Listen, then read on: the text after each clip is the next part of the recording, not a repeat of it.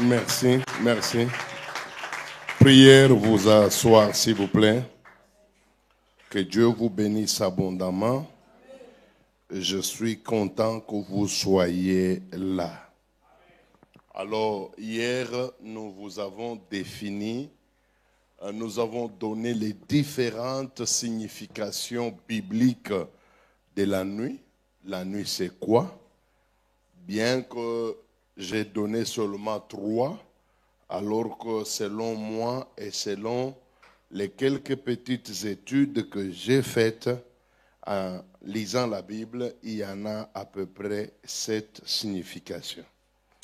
Et puis, nous avons commencé à montrer aux gens le combat qu'il y a entre les deux royaumes à vouloir contrôler la nuit. Et nous avons donné les raisons. Pourquoi tous les deux royaumes, que ce soit celui du ténèbre et celui de la lumière, ils cherchent à contrôler la nuit. Et nous vous avons mis en garde. Nous vous avons dit, c'est vrai, la Bible dit, la nuit vient où personne ne travaille. Mais ça, c'est l'activité corporelle, l'activité physique. Mais notre esprit travaille comme vous n'avez pas idée. Et c'est surtout quand la nuit vient que notre esprit entre en action à un niveau que vous ne pouvez pas imaginer.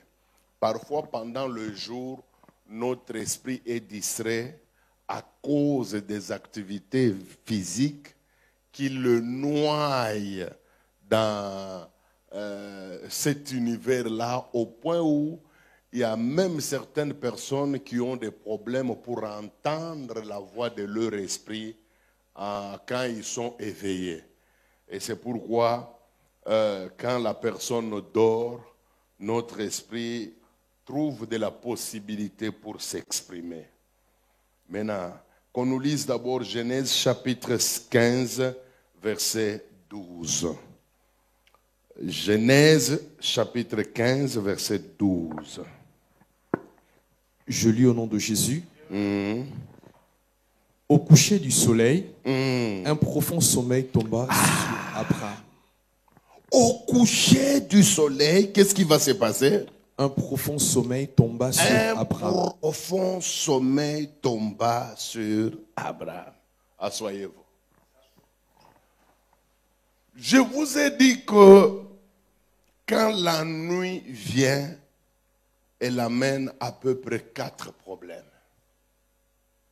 1, elle amène la cessation d'activité. 2, elle amène le sommeil. Et avec le sommeil, il y a une 3e conséquence, c'est la sortie du corps de l'esprit. Et l'esprit entre dans le monde, dans son univers plutôt, le monde propre aux esprits. C'est là que l'esprit évolue. Et en même temps, avec le sommeil, nous avons des songes. Maintenant, concernant les songes, on trouve aussi 4 catégories d'hommes ou des types d'hommes sur la terre. Ça, c'est face aux songes. Quand il s'agit du monde des songes, dans ce monde-là, nous distinguons 4 types.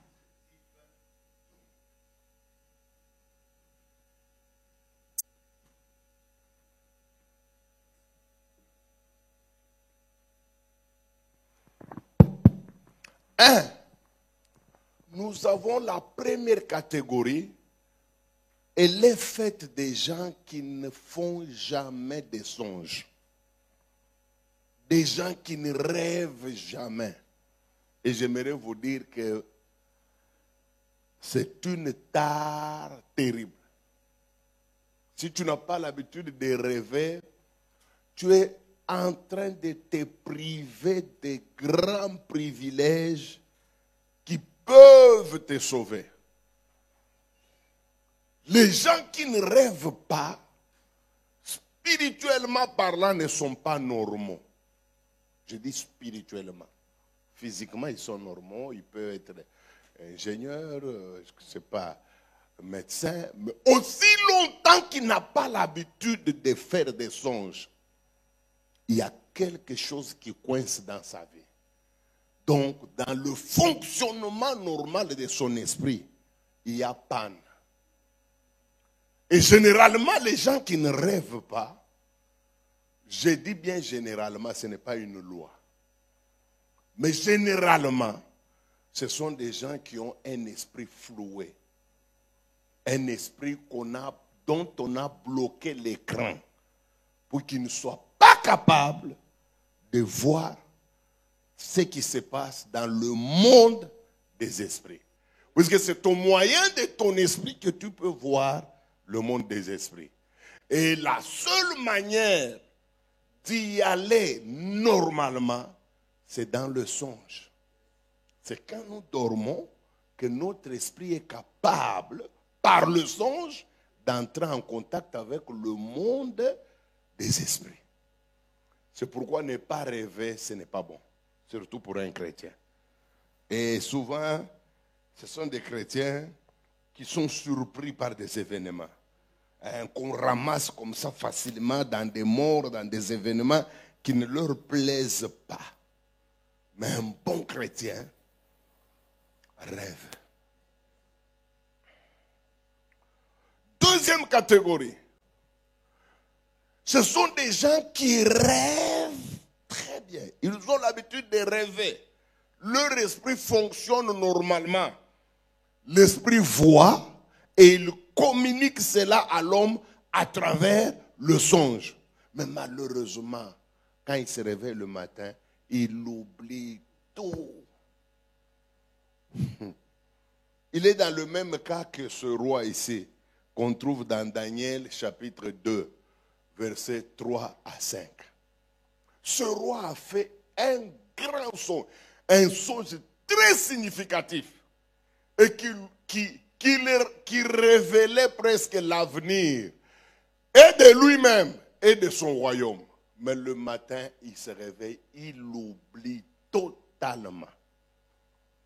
Au lieu de se reprocher lui-même la qualité de son esprit, il s'acharne sur les magiciens et les sages en leur disant, si vous ne me révélez pas, vous ne me rappelez pas ce que j'ai rêvé, et vous ne me donnez pas la signification, vous tous, je vais vous tuer.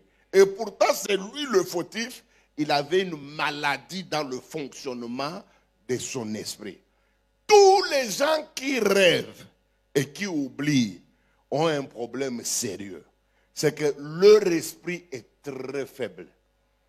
Il est faible au point où il est incapable de retenir tout ce qu'il a vu. Ça montre qu'ils doivent travailler au niveau de leur esprit. J'aimerais vous dire, la vie chrétienne, ce n'est pas d'abord une vie physique. La vie chrétienne, ce n'est pas d'abord les vestes, les pantalons, qui a mis les collants, qui n'a pas mis. Bien que ces choses aussi font partie de la vie chrétienne, mais la vraie vie chrétienne, c'est d'abord la qualité de l'esprit. Si vous voulez aller loin avec les choses, je ne sais pas si j'aurai le temps pour vous montrer comment avoir un esprit fort pour tenir dans le monde des esprits. Je ne sais pas, Dieu, on va voir comment va évoluer les séminaires. Peut-être je le ferai le dimanche avant qu'on se sépare. C'est très important. Ce n'est pas pour rien que dans la Bible, il y a des phrases telles que « Fortifiez votre esprit dans le Seigneur ». Ce ne sont pas des simples mots. On connaît la puissance d'avoir un esprit fort. Si Daniel avait régné à son époque, justement puisqu'on reconnaît qu'en lui, il y avait un esprit supérieur. Mais si vous avez un esprit faible, les sorciers vont jouer de vous comme ils veulent. Il y a des gens qui sont ici à Turquie, mais un petit sorcier quitte le Congo là, il quitte le Gabon, il vient le saccager la nuit. Avant 6 heures, le petit la rentre. Alors tu te réveilles le matin. Toi-même, tu sais que tu as été battu, dérangé, frappé, étranglé même. Pour une fois, toi qui ne te réveilles jamais à 5 heures du matin depuis que tu es en Turquie, à cause de ce petit-là qui te fait des histoires, tu t'es réveillé. Au moins Jésus-Christ a trouvé son compte dans ce qui t'est arrivé là. Parce que sans cela, tu ne peux pas prier. On te connaît.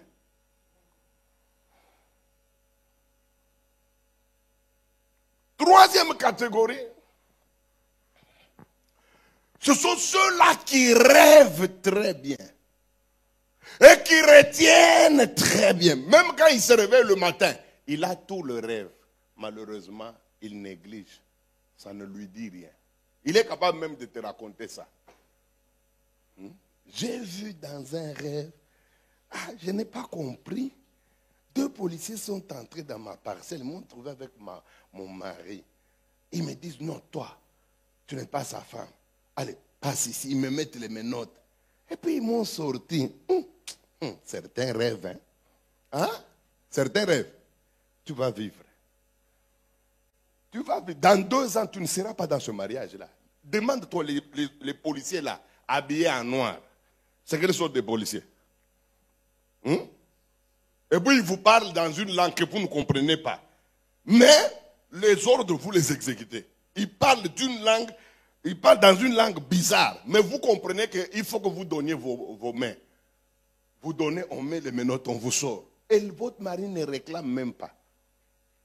Ce qui est curieux, pendant qu'on te sort, il y a les gens du quartier qui hurlent, qui ricanent. Hein? Tu vas voir ce que ce mariage sera dans 6 mois. Les gens qui rêvent, qui retiennent, mais qui malheureusement négligent. Bon, ils ne sont pas différents des 2 premiers. Ceux qui ne rêvent pas, ceux qui rêvent et qui oublient. C'est la même chose. Tu peux bien rêver, bien capter, et tu te réveilles le matin, tu as tout le rêve avec toi. Mais le seul péché que tu as fait, c'est la négligence. Or, la Bible dit dans Jérémie, malheur à celui qui fait l'œuvre de l'Éternel avec négligence. Ça va te coûter très cher. Et il y a la 4e catégorie d'hommes. Ce sont ceux-là qui rêvent, qui retiennent, et le matin, ils veulent savoir qu'est-ce que ça signifie. Voilà la catégorie que moi je cherche.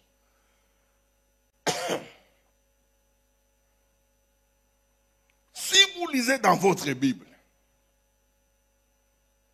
dans Actes des Apôtres, chapitre 10, verset 17, il y a un homme qui s'est retrouvé dans cette situation-là. Il s'appelle Pierre. Il est monté sur le toit pour prier. Tout d'un coup, il a été pris par un état mi-sommeil, mi-éveillé. Et dans cet état-là, il voit une nappe qui descend, dans laquelle il y avait des quadrupèdes, tous les animaux que vous connaissez, mais des animaux réputés impurs dans l'Ancien Testament. Et une voix qui lui dit, mange, prends, tue et mange. Il résiste. Ça s'est répété 3 fois. Et vous savez ce que la Bible dit? Tandis que Pierre se demandait que pouvait signifier la vision. Quand vous avez une vision, ne négligez pas. La deuxième chose qu'il faut faire, vous devez vous poser la question, qu'est-ce que ça peut signifier? Puisque moindre négligence, cette vision que vous avez vue ne peut pas vous servir. Ou elle peut servir les intérêts de l'ennemi. C'est pourquoi il faut faire attention. Ceux-là qui ne rêvent pas sont dans l'erreur monumentale et catastrophique. Ceux-là qui rêvent et qui oublient sont dans la même erreur et ils sont malheureux. Ceux-là qui rêvent, qui retiennent, mais qui négligent, eux sont en train de pécher contre eux-mêmes. Puisque Dieu a donné l'information, ou, si ce n'est pas Dieu, au moins leur esprit leur a donné des informations. L'esprit a vu des choses qui se passent de l'autre côté. L'esprit a communiqué cela à travers le songe. À toi de prendre tes responsabilités. Et si tu n'en prends pas, il y a un problème. La seule bonne catégorie, ce sont ceux-là qui rêvent, qui retiennent. Et le matin, qui explorent maintenant le rêve en question. Qu'est-ce que ça veut dire? Beaucoup de prières. Pourquoi? Parce qu'un rêve peut te sauver, un rêve peut te tuer. Un rêve peut te donner un mariage, un rêve peut détruire ton mariage. Combien de gens ont été détruits à cause d'un rêve? Le panetier de Pharaon est mort à cause d'un rêve. Les ennemis de Gédéon ont été battus puisque tout simplement l'un d'eux a fait un rêve contre eux-mêmes. Et d'ailleurs, Gédéon avait déjà compris que si je comprends bien le rêve qu'ils ont fait, je peux attaquer ou ne pas attaquer. Et en écoutant le rêve, il a compris que ces gens-là étaient dans l'échec. Ils ont attaqué. Il y a aussi des rêves qui peuvent t'amener dans la félicité. Comme les rêves qu'avait fait Joseph. Comme les rêves de Joseph, père de Jésus. Combien de fois Joseph a rêvé des complots contre Jésus? Imaginez-vous si Joseph, le père de Jésus, le père nourricier comme les autres préfèrent qu'on l'appelle, avait négligé un seul de ses rêves qu'il voyait par rapport au petit enfant qu'on appelle Jésus. Je crois que même nous autres ici, nous ne serons même pas sauvés. Joseph en train de dormir, il voit dans le rêve quelqu'un qui lui dit, prends le petit enfant et sa maman, car Hérode en voudra à la vie de l'enfant. Et puis le Saint-Esprit montre même le chemin qu'il faut prendre. Fuis en Égypte. Imaginez-vous si Joseph s'est réveillé en disant, bon, qu'est-ce qu'un petit enfant comme ça a à voir avec le roi Hérode quand même, certains rêves. Hein? Le grand Hérode, est-ce qu'il peut se préoccuper d'un petit enfant? Tu vas mourir et tu vas faire mourir l'enfant. L'une des mauvaises choses qu'il y a dans nos églises, soi-disant les églises du réveil, c'est la négligence des rêves et des songes. Au nom de quoi? D'un certain verset qui dit, de même que la voix de l'insensé se fait entendre au milieu de beaucoup de paroles, ainsi naissent la multitude des rêves et des songes. Mes amis, chaque verset, il faut le prendre toujours dans son contexte. Mais vous oubliez que la Bible a rendu public comment Dieu va communiquer avec le monde du dernier temps. Il a dit, vers le dernier temps, je répandrai mon esprit sur toute chair. Vos jeunes filles prophétiseront. Vos jeunes garçons auront des visions. Vos vieillards auront des... Le songe est mis parmi les dernières techniques de Dieu de communication avec son peuple. Il ne faut pas jouer avec le rêve. Si je vous dis combien de fois les rêves m'ont sauvé, moi, Ezra Sissi, vous savez combien de gens ne supportent pas la vérité. Et la première classe, la plus hostile à la vérité, c'est la classe de ce que vous appelez les hommes de Dieu. Je ne connais pas des gens qui haïssent la vérité comme les pasteurs, les prophètes, les apôtres. Ils parlent de la vérité, hein. c'est à la bouche. Mais quand vous leur mettez devant cette vérité-là, très mal à l'aise. Très mal à l'aise. Ils sont prêts à tout. Ils sont prêts à tout. Combien de fois on ne m'a pas envoyé des filles? Combien de fois? Combien de fois on ne m'a pas parlé du poison? Et la personne qui a assisté à la réunion, c'est elle qui me parle de ça. Un albinos. Il me dit, Pasteur Esdras, n'ose pas répondre à l'invitation de tel. Moi. Je ne sais pas, il faut dire ce qu'il m'avait dit. Il me dit, moi, ton frère, puisqu'il est de ma tribu, je viens te dire puisque j'étais là. Et c'est moi qu'on a chargé de te servir le thé. Donc Dieu a utilisé son tribalisme là pour me sauver. Son penchant tribal, il a dit non, mon frère ne doit pas mourir. Bon, je ne sais pas pourquoi il a fait ça. Mais c'était pour me sauver.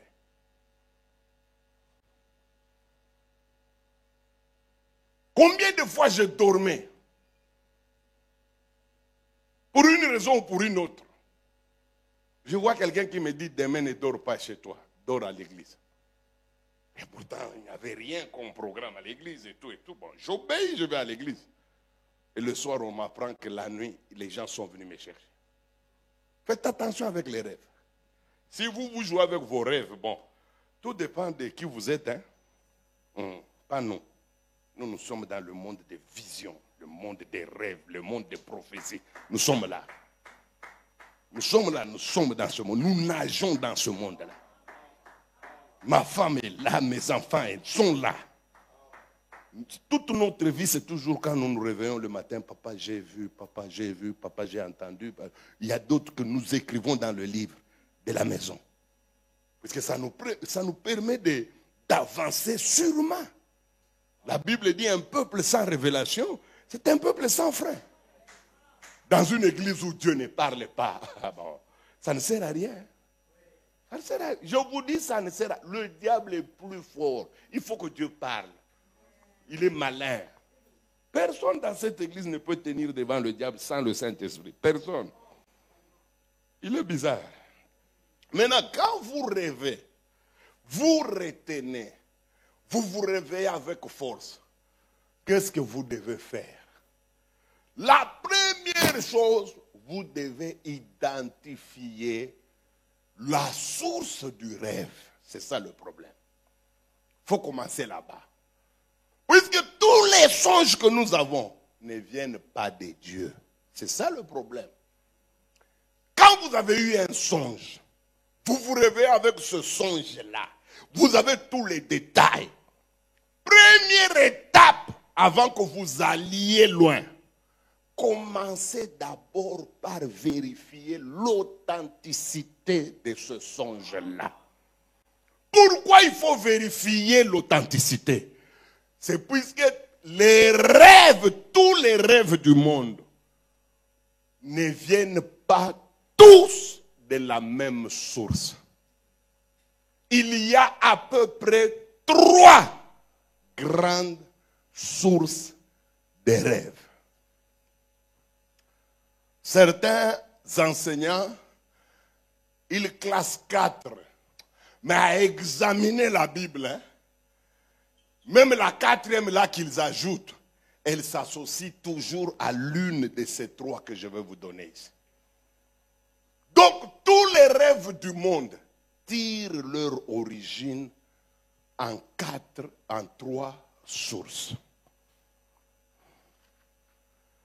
Première source de tout songe sur la terre, ce sont des rêves ou des songes d'origine humaine.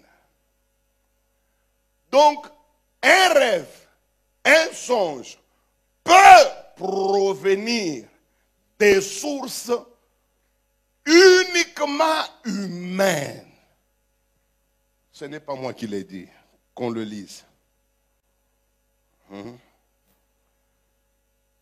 Ecclésiaste chapitre 5. 2 à 6. Ecclésiaste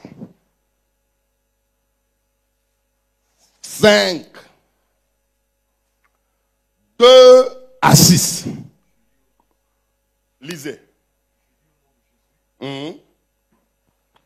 Car si les songes naissent de la multitude des occupations, Si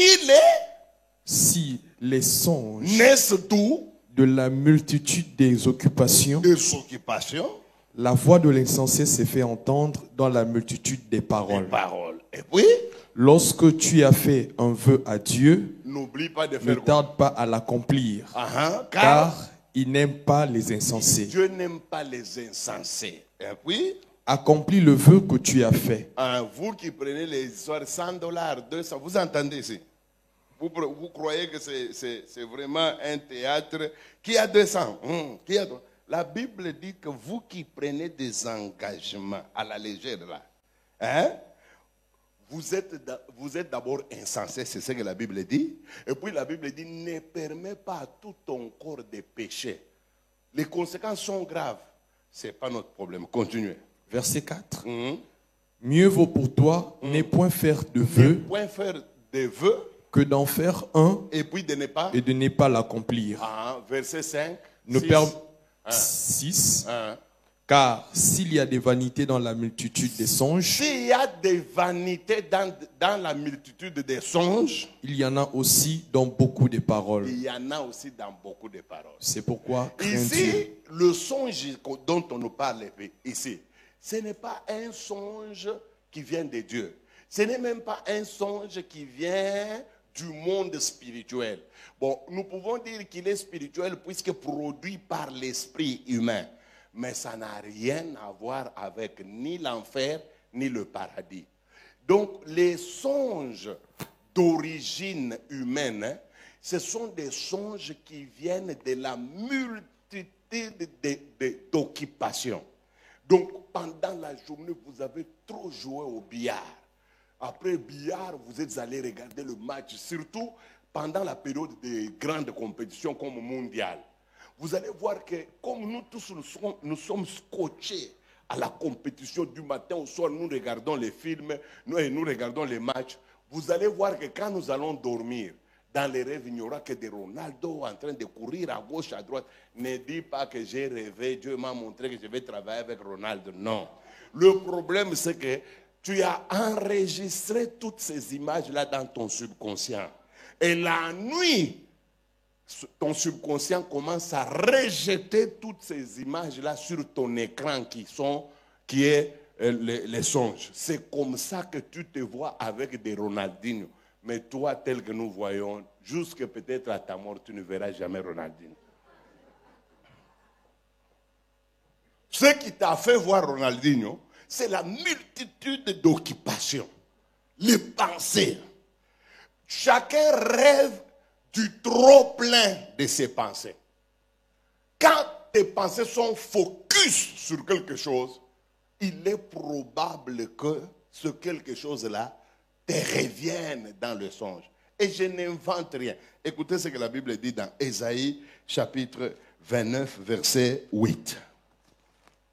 Genèse, Ésaïe 29, verset 8. Que dit la Bible?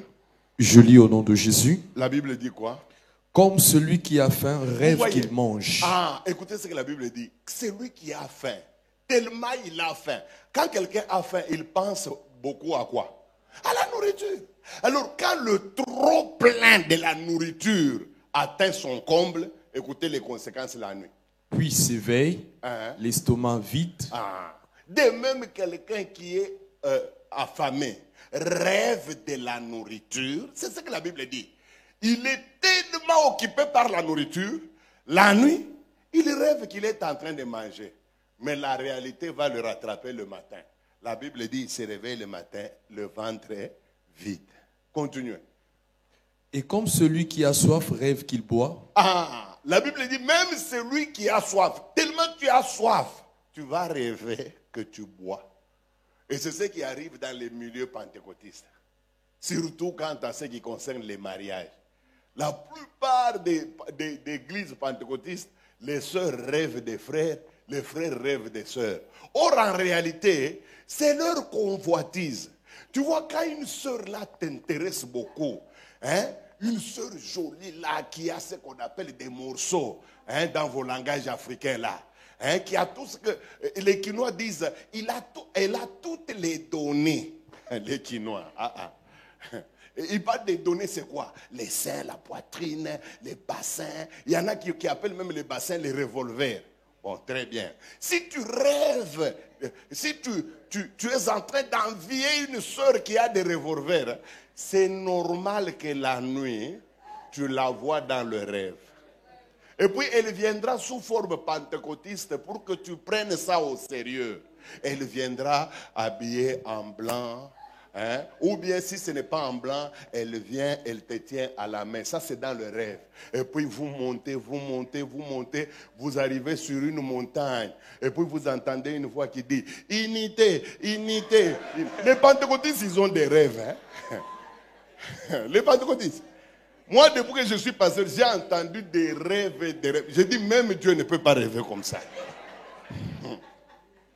En soi, ce qu'il a fait parler là, c'est la convoitise. C'est pourquoi il ne faut pas convoiter une soeur. Il ne faut pas convoiter un frère. Vous allez finir par voir ça dans le rêve. Et puis, quand vous voulez vous marier, arrêtez avec vos histoires de révélation. Étudiez la personne, regardez son comportement, hein, son physique, si ça te plaît. Prenez le temps. Une mauvaise sœur, on n'a pas 2 minutes. Elles sont avec nous. Tu n'es pas encore engagé officiellement avec elle. Elle peut se comporter au naturel. Et c'est facile de détecter que cette sœur n'est pas une femme à prendre. Moi, je me demande pourquoi vous vous troublez. Vous savez comment moi je me suis marié à ma femme? J'étais pasteur. Je l'ai vu venir au Seigneur. Hein? Ils se sont convertis dans... C'était un groupe de jeunes filles. Bon, déjà, moi, le physique me plaisait. Mais il restait un domaine. D'abord, le passé, je n'étais pas au courant. Bon, de 2, est-ce que c'est une bonne sœur? Ben, maintenant, qu'est-ce qu'il fallait faire? Il fallait utiliser toutes les méthodes. D'abord, je l'observais. Hein? Je ne disais rien. Ensuite, j'ai utilisé un de mes amis pasteurs. Il dit, qu'elle fasse d'abord sa cure d'âme. Comme ça, je me rends compte de ce qu'elle a été. Bon. Après tout, je ne veux pas que je me marie à une femme. Après, je commence à apprendre des histoires. Je ne serai pas très équilibré dans la vie. Je me connais, c'est ce que je suis. Alors, il y a des gens, ils peuvent prendre n'importe quelle femme sans lui dire rien. Oh, c'est son droit. Mais nous autres ici, il y a des choses, quand nous les apprenons, ça nous détruit. Alors, avant que je ne sois pas détruit, je préfère connaître toute sa vie passée. Alors là, elle ne sait pas que le monsieur là est en train de penser à moi. Elle s'est ouverte à mon ami. Elle s'est répandue comme une chrétienne qui se répand. Alors là, on a déjà une idée sur son passé. Vous comprenez? Et pour que je sois très sûr que même mon ami ne m'a pas menti, j'ai utilisé un deuxième ami qui avait plus d'autorité que nous tous. Hein? D'abord, moi en tant que pasteur, je me pliais devant son autorité. Combien plus ma femme? Je lui dis, hein? Donc moi, mon problème à moi, c'est de connaître bien son passé. Alors il faut que tu lui fasses une cure d'âme en profondeur alors. Elle est née où? Elle a grandi comment? Est-ce qu'elle connaît d'hommes? Tout ça. Voilà. Vous voyez? C'est sur base des informations que j'ai eues que je me suis décidé à la prendre. Au lieu de prendre quelqu'un, après 2 ans, vous apprenez qu'elle a déjà fait un enfant avec son oncle. Vous voyez? Ça déséquilibre. Mais il y en a qui sont capables de prendre. Gloire au Seigneur pour de tels hommes. Tous nous n'avons pas les mêmes réflexes sentimentaux. Chaque personne est différente d'une autre. Il y a des gens qui peuvent prendre une femme avec 3 enfants. Il y en a. Je ne les condamne pas. Tant qu'ils acceptent et que ça ne leur dérange pas, ça va. Mais nous autres, ça va déranger. Nous sommes nés comme ça, ne niez pas cet état de choses. Comme moi, je ne nie pas aussi votre état de choses. Alors, ouais. Savez-vous qu'il y a des jeunes garçons qui ne peuvent jamais prendre une femme de vierge? Mais là où c'est péché, lui-même, il n'est pas vierge. Ah. Mais il cherche des... Vous êtes anciens combattants. Prenez-vous entre vous anciens combattants. Les vierges se prennent entre vierges.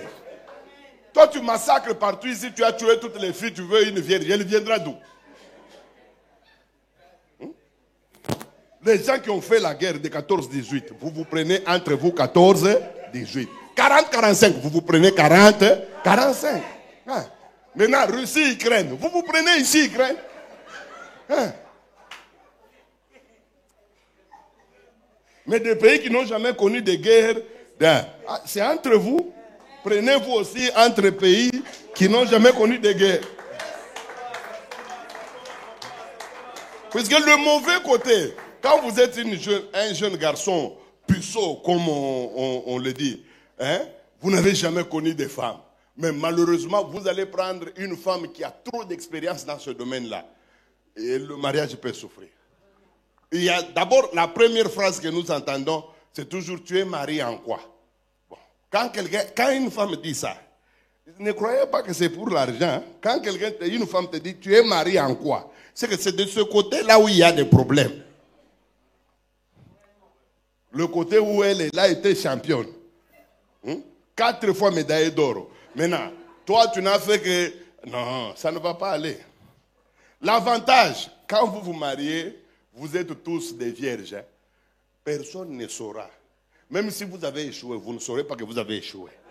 Et elle, et toi. C'est avec le temps que vous allez vous rendre compte que non, au début là, j'étais fouteur. Hein? Voyez? Mais quand vous vous mariez non, vous aurez des problèmes.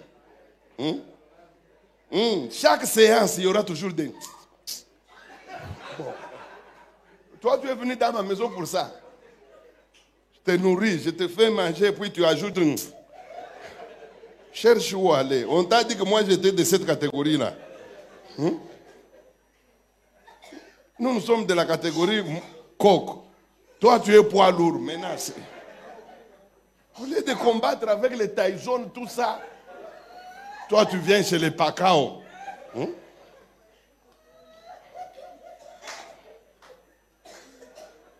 Parfois, le langage poétique est bien. Ça ne dérange pas trop. Même si tu es du domaine, tu comprends, tu ris. Amen. Deuxième source. Ce sont les rêves d'origine divine. Ici, ce sont les rêves provoqués, initiés et même envoyés par Dieu à ton esprit. Ici, c'est Dieu qui est l'auteur du songe que tu as eu. Et c'est le plus beau songe du monde. Les songes d'origine divine. Des songes qui viennent tout droit de Jésus. Voici un exemple dans la Bible. Job 32. Non, ce n'est pas 32. Attendez. Job 33, verset 14. 14. Écrivez. Hein, ça, c'est pour la documentation. Genèse 28, verset 12 à 11. Genèse 28, verset 12 à 11. Matthieu 2, 13. Genèse 33, verset 14. Et plutôt, Job 33, verset 14. Genèse, c'est 28. Genèse 28, 12 à 15. Genèse 28, 12 à 15. Matthieu 2, 13. Mais nous avons besoin de Job 33, verset 14. Qu'on nous lise. Je lis au nom de Jésus. Dieu parle cependant tantôt d'une manière, tantôt d'une autre. Dieu parle cependant tantôt d'une manière, tantôt d'une autre. Maintenant, il parle comment? Et l'on n'y prend point garde. Il parle par des songes. Il parle par des songes. Vous qui jouez avec des songes, faites attention. Il parle par des songes. Et puis écoutez. Par des visions nocturnes. Par des visions nocturnes. Et puis, quand les hommes sont livrés à un profond sommeil, il fait quoi? Quand ils sont endormis sur leur couche. Quand ils sont endormis totalement sur leur couche, qu'est-ce que Dieu fait? Alors il leur donne des avertissements. Il leur donne des avertissements. Pendant qu'ils sont totalement endormis. Il leur donne des avertissements. Et puis il fait quoi? Et met le sceau à ses instructions. Et il met le sceau. Mes amis, pendant que les gens dorment, Dieu vient. Il parle.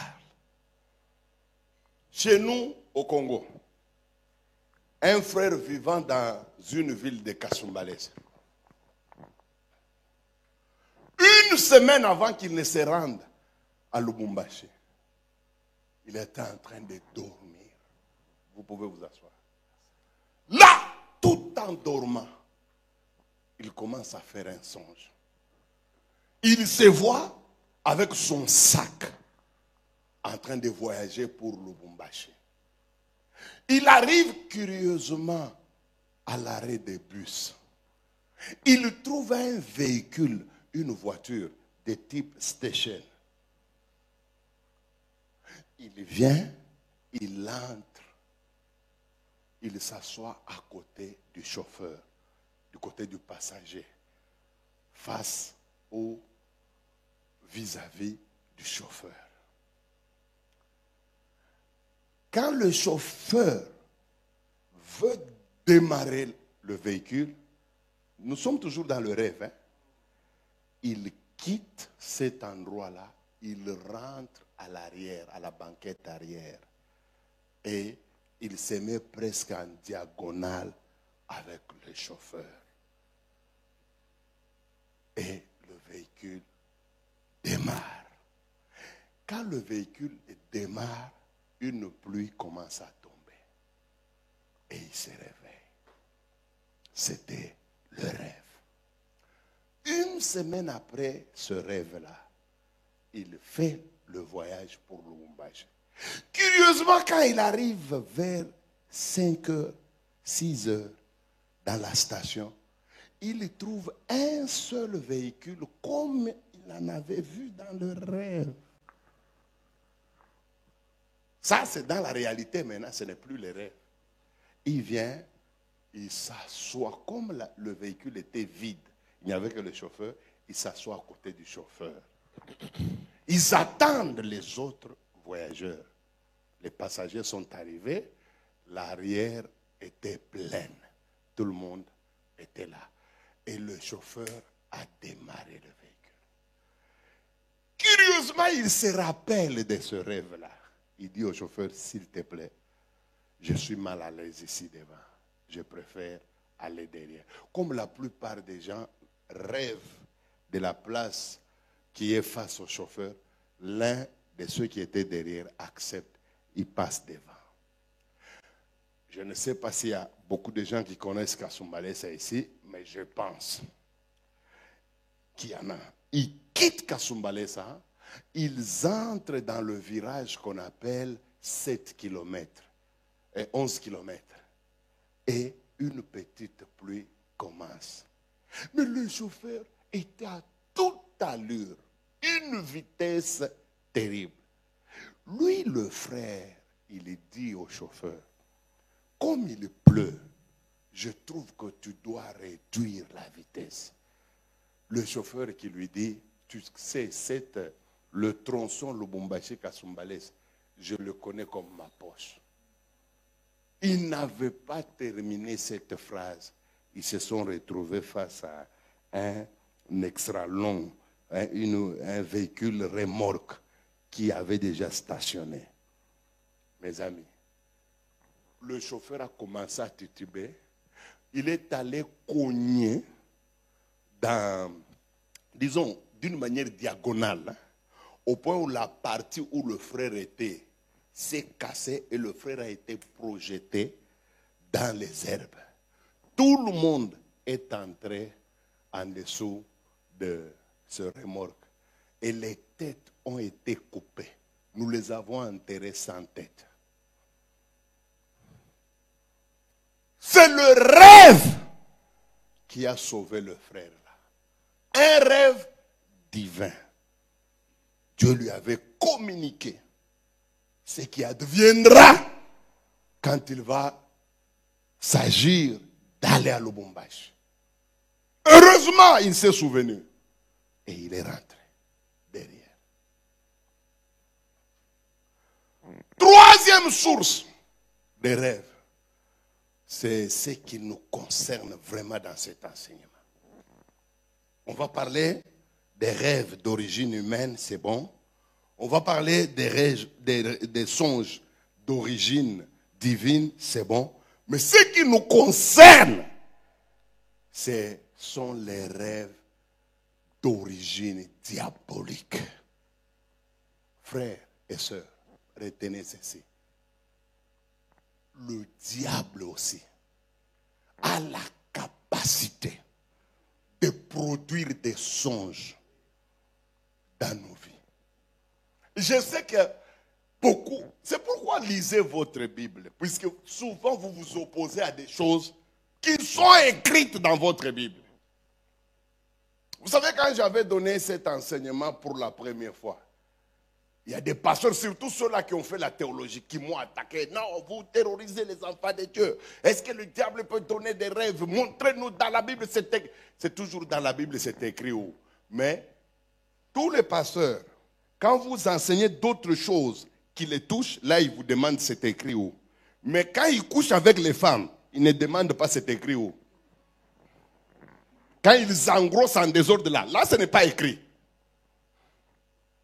Maintenant, moi, je suis lecteur de la Bible, ne vous en faites pas. Pas très grand lecteur, oui, pas très grand. Mais lecteur quotidien de la Bible. Ouais. C'est pourquoi dans ma vie, chaque année, je termine la Bible. Chaque année. Genèse, Apocalypse. Chaque année, je termine. Parce que c'est bon pour moi, pour ma vie. Et puis, depuis que j'ai commencé à faire ça, la parole est assise. Elle est abondante. C'est pourquoi moi, quand quelqu'un, je n'ai pas besoin même d'une révélation pour connaître un faux. Tu vas faire des choses qui ne sont pas dans la Bible, je saurai que ce monsieur n'est pas de Dieu.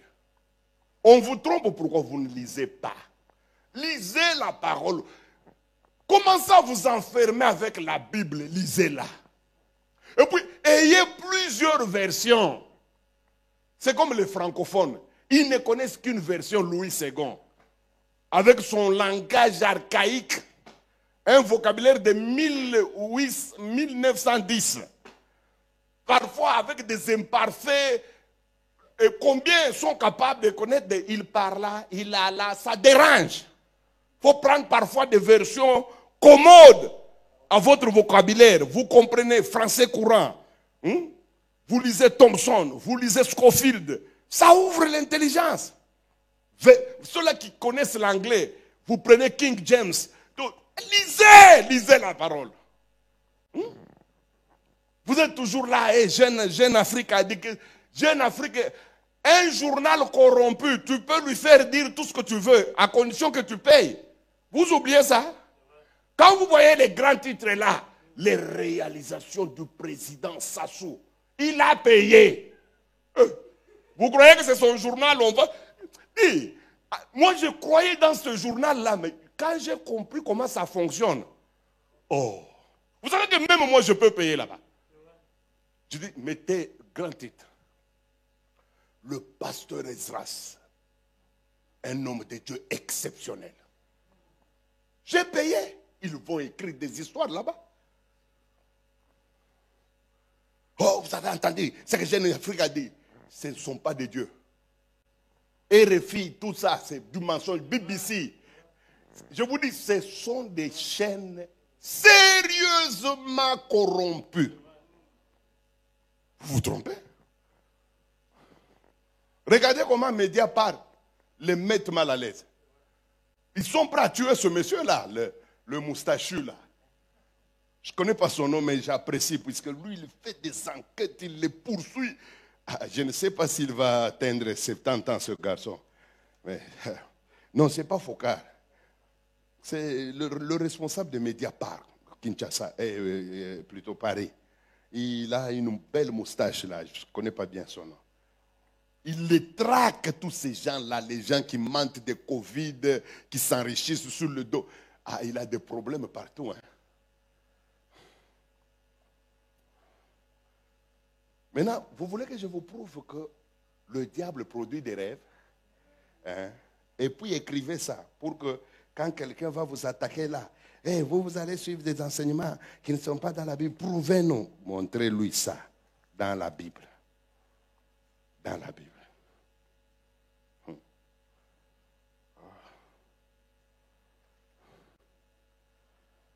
Ok. Zacharie. Zacharie. Chapitre 10. Verset 2. Zacharie. 10, 2. Suivez la lecture, hein? Vous allez voir qu'il y a des rêves diaboliques. Lis. Très fort, puisque vous sortez bas. Zacharie, chapitre 10, verset 2. Je lis au nom de Jésus. Car les téraphim ont des paroles de néant. Les téraphim ont les paroles de néant. Continuez. Les devins prophétisent des faussetés.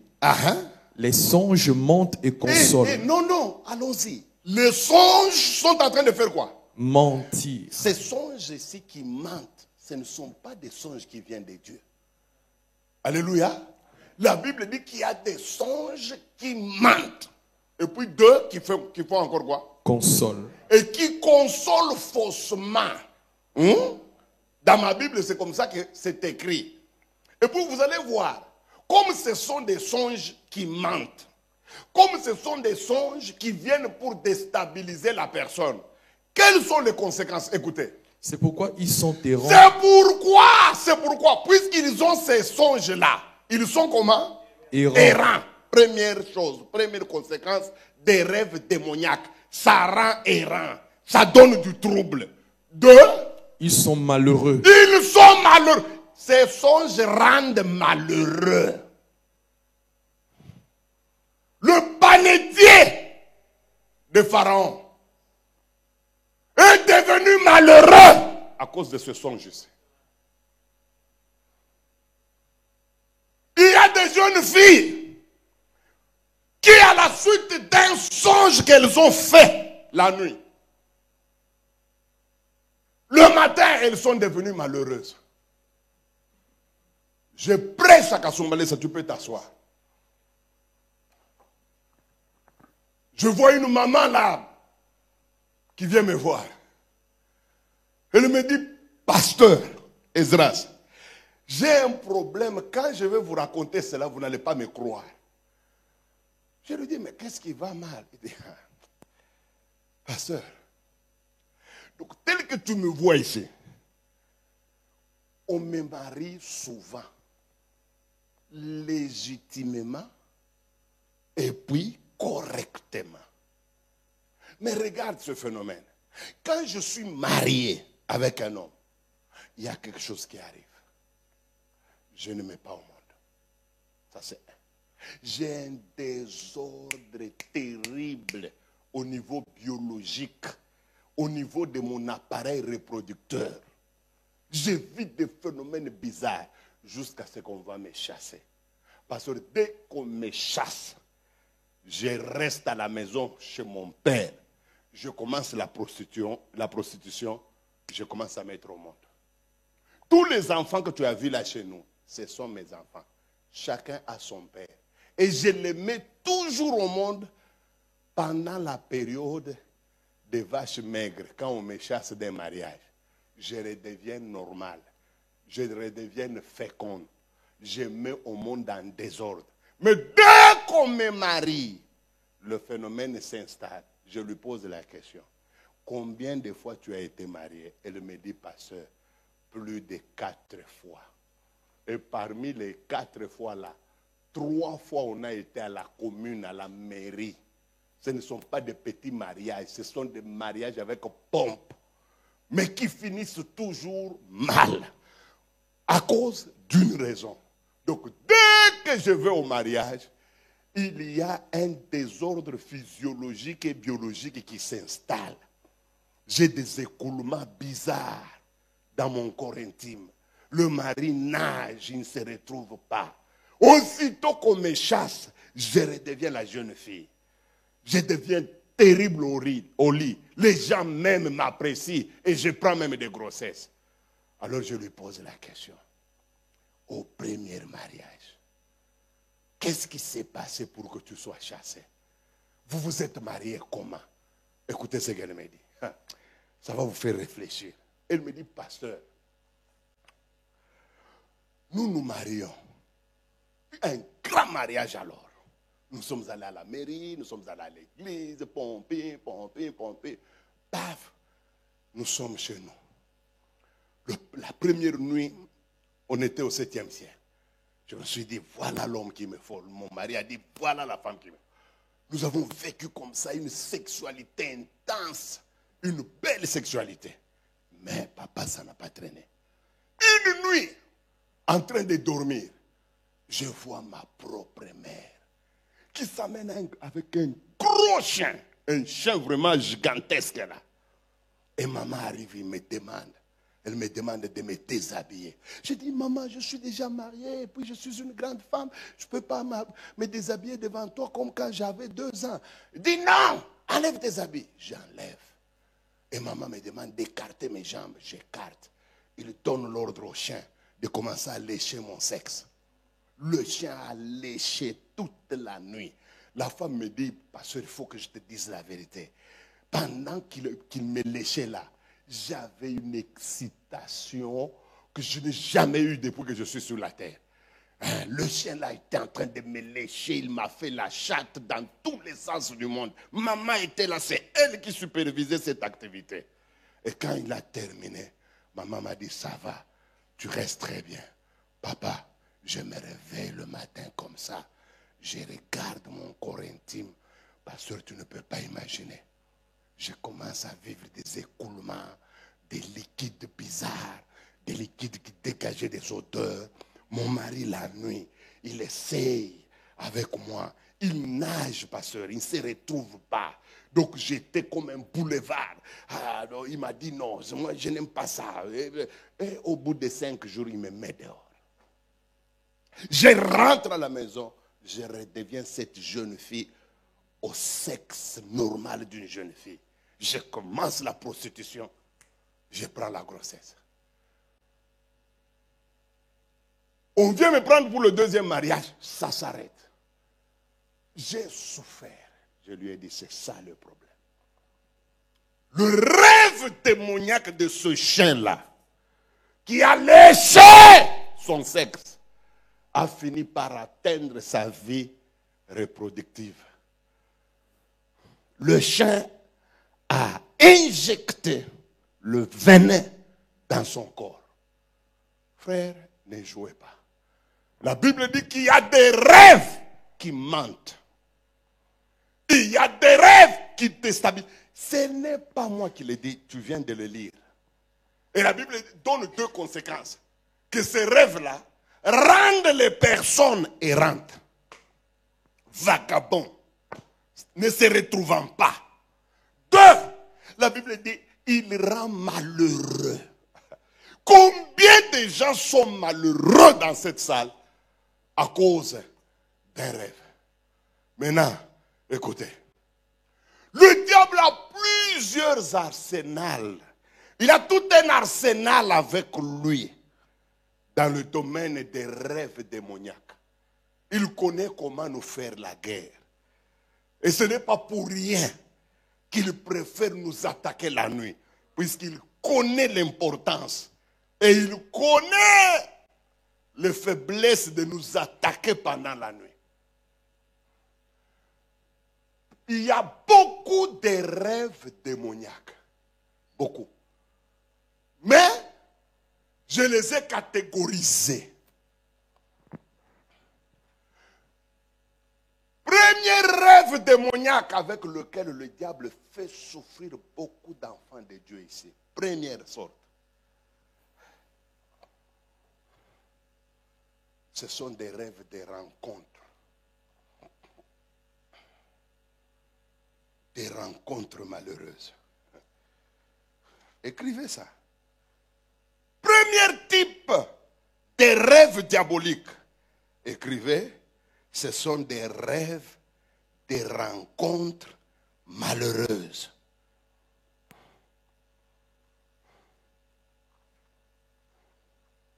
Les rêves des rencontres malheureuses. Ce sont des rêves où le diable vient nous humilier. Je vais vous montrer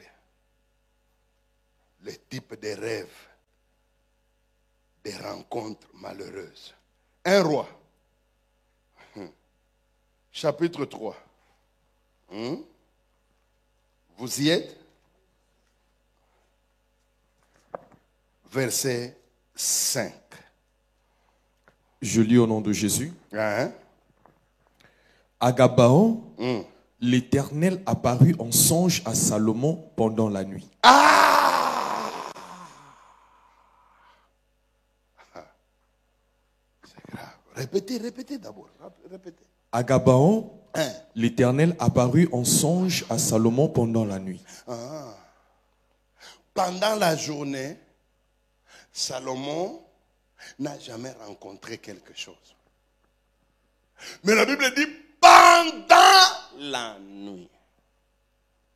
Pendant qu'il dormait, son esprit va sortir. Et son esprit va rencontrer un autre esprit très puissant. Et cet esprit, dans la Bible, on appelle ça l'Éternel, Dieu des armées. C'est qu'il y a eu rencontre entre l'esprit de Salomon et le grand esprit qu'on appelle éternel. Donc dans un songe, notre esprit peut rencontrer l'esprit. Et il y a plusieurs esprits. Heureusement pour Salomon, cette rencontre ne lui a pas coûté cher. Vous savez pour quelle raison? Puisqu'il a rencontré un esprit bienveillant. Or, dans ce monde-là, on ne rencontre pas seulement les esprits bienveillants. On peut rencontrer un esprit malveillant. Et là, les choses deviennent compliquées. Puisque dans la Bible, lorsque deux esprits de nature contraire se rencontrent, c'est le plus fort qui doit dompter le plus faible. C'est ça la loi des rencontres d'esprit. Le jour où l'Éternel Dieu des armées, à travers l'arche de l'Éternel d'Israël, a rencontré Dagon, il fallait que l'un des esprits mate l'autre. Puisque c'est ça la loi. Maintenant, quand vous êtes en train de rêver la nuit, un esprit plus puissant que vous, il va vous soumettre. Il va vous dominer. Et en vous dominant, il fera ce qu'il veut de votre esprit. C'est comme ça que certaines personnes sont allées au lit très bien. Mais ils se sont réveillés le matin avec des problèmes sérieux. Pourquoi? Puisque la nuit, ils ont rencontré un esprit. J'ai rencontré un grand sorcier à l'époque. C'est le sorcier qui faisait des fétiches pour la milice de la Juiférie de l'Icassie. Juiférie, c'est la jeunesse d'un parti qu'on appelait chez nous Uférie. À l'époque des troubles tribaux là. Hein? Lui, il faisait des fétiches pour cette jeunesse, soi-disant pour que les balles ne les touchent pas. C'est un grand féticheur. Alors quand j'enseignais chez un certain pasteur, André Rissassi, je prêchais l'évangile passé à la radio. L'homme a été touché, il est venu me voir. Il a dit qu'il veut se repentir de la sorcellerie et de toutes les pratiques qu'il faisait, ça lui mettait mal à l'aise. Il dit, je ne dors pas, je peux en train d'être endormi, j'entends une voix qui me dit, mets-toi debout, va dans la toilette, tiens-toi. Ça commence à me mettre mal à l'aise, il faut que je me répande. Je lui pose la question, comment tu es devenu sorcier? Il me dit, pasteur, moi je suis sorcier depuis le ventre de ma mère. Je dis, non, ne me raconte pas des histoires. Dis-moi un peu, dans le ventre de ta mère, comment? Écoutez ce qu'il me dit. Il dit, ma mère à moi dormait. Dans le rêve, son esprit est sorti, elle commence à faire un rêve. Elle voit, pendant que j'étais dans le ventre de ma mère était grosse de moi, de 2 mois seulement, 2 mois. En train de rêver, elle voit un monsieur de type mulâtre, ce que vous appelez métis. Il dit, ce monsieur-là avait un chapeau. Ce mulâtre-là. Alors le mulâtre-là regarde ma mère dans le rêve. Elle lui dit ceci, mets-toi à genoux. Il dit oui. La maman se met à genoux. Ça c'est une soumission, hein, puisqu'il y a un esprit faible. Et le monsieur là, dans le rêve, il lui dit, mange ça. Elle mange dans le rêve. Et puis elle lui dit, tu es grosse. Alors que maman n'était pas au courant qu'elle est grosse. Tu mettras au monde un fils, un garçon. C'est moi-même qui reviens en toi pour sauver la famille. Et il sera puissant, il va vous protéger. Et il va donner, je ne suis pas obligé de donner le vrai nom. Je peux changer n'importe quel nom. Il dit, tu vas lui donner le nom de Luc. C'est un exemple. La maman se réveille. Elle en parle à son mari. Elle dit, pendant que je dormais, j'ai vu quelqu'un, des races telles. Il est venu, il avait... Maintenant, c'est le papa qui pose des questions. Il avait un chapeau. Ouais. Le chapeau blanc.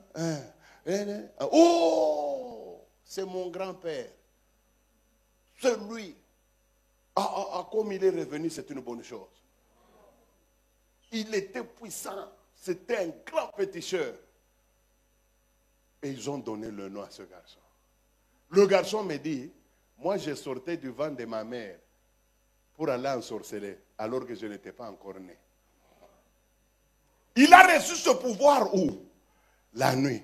À cause de quoi? De la rencontre que sa mère a faite dans le rêve. Combien de gens ont rencontré des fous? Un fou, hein, dans le rêve, hein? Vous vous retrouvez là, en train de faire des courses. Vous voyez le fou qui vous attaque seulement vous et qui touche les seins. Hey, le fou. Et le matin, vous vous réveillez, les seins commencent à faire mal.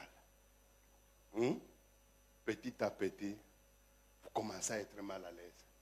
Vous allez à l'hôpital comme ça. Cancer des seins. Demandez-vous, le fou, le soi-disant fou que vous avez vu là, il était et qui? Combien de gens ont fait des rencontres la nuit? La Bible dit, un homme descendit de Jérusalem. Écoutez le vocabulaire. Au lieu de monter, lui il descendait. Et vous savez ce que la Bible dit? Il rencontra les bandits. Tout a commencé avec cette rencontre-là. Une rencontre nauséabonde. Le garçon a été dépouillé. Il a été battu. On l'a laissé presque mort. Et il a été aussi sauvé grâce à une rencontre. Que Dieu te rencontre ce soir. Amen. Ce soir, que Dieu te rencontre. S'il y a des rencontres démoniaques, il y a aussi des rencontres divines. Des rencontres dynamiques. Et aujourd'hui, Dieu va nous rencontrer.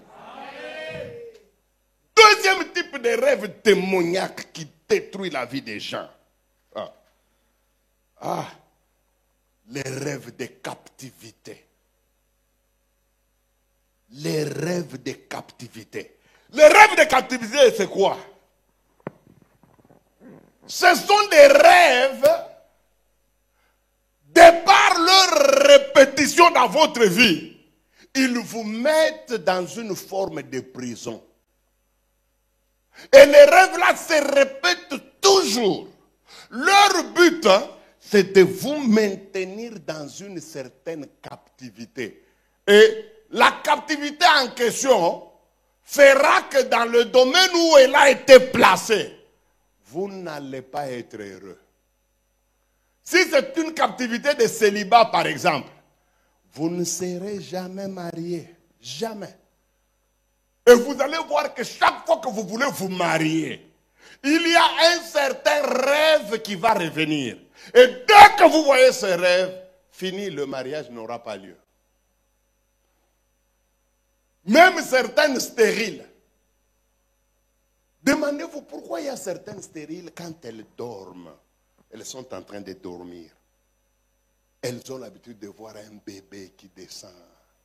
Et puis, c'est toujours un bébé beau, splendide. Et quand il veut tenir le bébé, il y a une main noire qui reprend ça. En réalité, c'est que cette femme est féconde. Mais son problème, c'est qu'il y a captivité quelque part. Je ne dis pas des choses de ma tête. Lis-nous. Psaume 142, verset 7. Psaume 142, verset 7. Lis-nous. Psaume 142, verset 7. Psaume 142, verset 7. Je lis au nom de Jésus. Sois attentif à mes cris. Sois attentif à mes cris, pourquoi? Car je suis bien malheureux. Ah, je suis malheureux, pourquoi? Délivre-moi de ceux qui me poursuivent. Délivre-moi de ceux qui me poursuivent. Car ils sont plus forts que moi. Et puis? Tire mon âme de sa prison. Et répétez. Tire mon âme de quoi? De sa prison. Il y a des gens qui sont ici en Turquie. Mais leur âme est au Congo, à Kamwanga. C'est la raison pour laquelle tu te vois toujours chaque nuit à Kamwanga. L'environnement de la Turquie ici, tu ne l'as jamais vu dans le rêve. Et pourtant, tu es tous les jours avec les Turcs, tu es tous les jours avec les Blancs, tu es tous les jours avec les Métis, les Syriens. Tu ne les vois jamais dans le rêve. Et ça fait 25 ans que tu es en Turquie. Mais chaque fois que tu rêves, tu es toujours au Cameroun, au village natal, comme tu es du même village natal que Cancan. Alors, tu vois même sa tombe, là où on l'avait enterré, tu vois là-bas. Ton problème, c'est que tu n'es pas avec nous. Tire-moi de la prison, ô Éternel, tire-moi, tire mon âme, tire mon âme. J'ai vu une femme de 1960, en 2020, ou en 2000, elle a quel âge? 60 ans. Si nous sommes en 2000, elle a 60 ans. En 2023, elle a 63 ans. Écoute ce que cette maman m'a dit. Elle est de 1960. Je prêche sur ces choses. Elle vient et commence à pleurer comme un enfant. Elle me dit, pasteur, je souffre toute ma vie d'un rêve. Je lui dis, quel rêve? Elle dit, moi je me vois toujours dans notre ancien quartier qu'on appelle Katouba. Katouba, ce n'est pas seulement un quartier, c'est une commune de Lubumbashi. Il dit, je me vois toujours à la maison parentale. Mais je me vois où, pasteur? Pas dans la maison, c'est ce qui va vous faire mal. Il dit, je me vois toujours dans la toilette extérieure. Vous connaissez nos toilettes africaines là, avec, voilà, les kikoso comme on l'appelle, avec le grand trou là, où il n'y a pas de cuve et tout ça. Allez, quand vous laissez vos histoires, ça va tout droit. Elle me dit, je me vois toujours dans la toilette de notre maison. Et puis, qui me rend visite là-bas? C'est ma propre mère. Elle m'apporte à manger là-bas. Si je veux sortir de la toilette, elle me dit, non, reste ici. C'est toi qui vas garder les parents. C'est toi qui vas nous enterrer. Tu ne vas pas te marier. Depuis 1960 jusqu'en l'an 2000, je l'ai rencontré en 2008, je ne sais pas, je n'ai pas les précisions. Mais elle me dit ouvertement que je souffre. Mais là où ça me fait mal, pasteur, les rêves là ont commencé à se transformer. Cette fois-ci, je vois ma mère qui m'apporte à manger et qui jette par terre là, autour du grand trou là. Et elle me demande de manger ça en lapant avec ma langue. Je lappe, je mange. Mais quand je me réveille le matin, j'ai des odeurs dans la bouche, les odeurs des toilettes. Elle est belle, hein? Je vous dis, elle est belle. Elle me dit, pasteur, je n'ai jamais été suivi par un homme. Aucun homme ne m'a fait des avances depuis que je suis sur la terre. Je lui dis, non, tu mens. Tu as une fille, tu l'as eu comment? Elle me dit, papa, c'est moi qui ai forcé. L'homme ne voulait pas, il ne m'aimait pas. C'est moi-même, par honte, hein, tellement que les gens parlaient, oh non, personne ne l'a su, tout ça. Alors, j'ai forcé, et les rapports sexuels, et j'étais engrossé le même jour. Et l'homme ne m'a même jamais demandé quoi que ce soit sur ma fille. Il est parti. Retenu dans une toilette. Ce qui est curieux par sa propre maman. Demandez-vous, frère, vous êtes à Chypre. Mais pourquoi chaque nuit quand vous dormez, vous vous voyez toujours dans une forêt sans issue? Il n'y a pas d'issue. Il n'y a pas de sortie. Et il y a des gens qui te poursuivent, hein? Des gens bizarres, on dirait des monstres. Et quand ils arrivent tout près, tu te réveilles. Il y a un problème. C'est pourquoi tu as remarqué aussi, ta vie ressemble à tes rêves. Depuis que tu es en Turquie, c'est toujours comme ça. Tantôt tu as un bon patron qui te promet beaucoup. Il te dit même, nous allons aller en Allemagne. Mais il y aura un événement, il te dit, bon, je pars chez nous, moi avec la Turquie, c'est fini. Tu recommences encore. Là, toutes les économies que tu avais finissent. Et boum, tu tombes encore sur un autre patron, très bien, un bon patron, capable de t'emmener loin. D'ailleurs, dans les premiers contacts, il change ta vie, il te loue une maison. Alors tu te dis, à cette fois-ci, ça marche. Ça va répéter. Je vous dis. Tant que tu te vois dans la forêt là, sans sortir, il n'y aura pas d'issue. Celui qui te parle ici connaît ce qu'il prêche. Moi, j'ai souffert, moi, des rêves comme ça. Imaginez-vous, j'étais pasteur. Et j'ai prêché l'évangile. Hein. Je vous dis la vérité, moi. Pardonnez-moi. Moi, depuis que j'ai rencontré Jésus, je n'ai jamais joué avec lui. C'est vrai, des petits jeux, des ruses, j'en ai fait.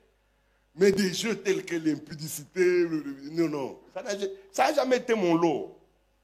Je bénis Dieu pour mes conducteurs qui m'ont récupéré une fois converti, qui m'ont enseigné ce que je dois faire, effectivement. Et eux-mêmes, ils étaient dans ce qu'ils enseignaient.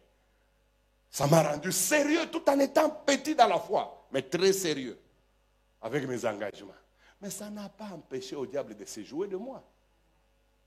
On m'invitait partout, je prêchais. Les conventions, j'étais là. Mais j'avais deux types de rêves qui m'ont fait ça. Je vous dis. Donc moi, soit c'est l'un, soit c'est l'autre rêve.